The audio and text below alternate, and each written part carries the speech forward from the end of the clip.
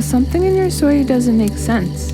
The Crees won the fight against the dams, but the dams were still built. Was that even a real court decision? That is a smart question, kid. Yes, it was a real decision. But justice down south doesn't work the same as in Cree traditions. Crees always talk things out and try to reach a consensus before making a decision. That takes time. The justice system allows for a revision of decisions. Due to their schedules, governments used an appeal very quickly.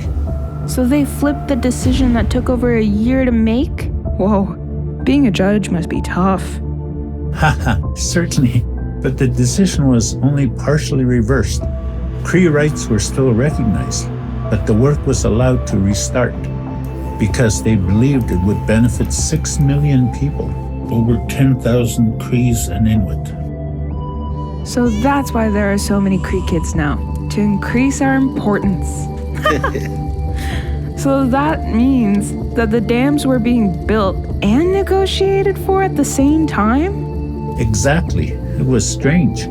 Crees had to push the talks forward faster than the bulldozers, or we could lose everything before an agreement was even made. That rush made things tricky with some of our allies, who wanted to use the talks to fix all land claims across the province. But that would have taken much more time than what we had ahead of us. So Crees and Inuit focused on our own lands, because that's where the dams were being built.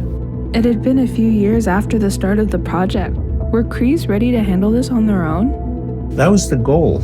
Inuit and other allies were still with us, but Crees wanted to get more organized themselves. That's when the idea of the Grand Council of the Crees came in. On August 8, 1974, the Grand Council was created, and its first leaders were elected a few weeks later. Billy Diamond became the first Grand Chief. Robert Kenadawat was the Executive Chief. Abel Kitchen took on the role of Administrative Chief. Violet Pachanos was the Recording Secretary. Cree unity became official.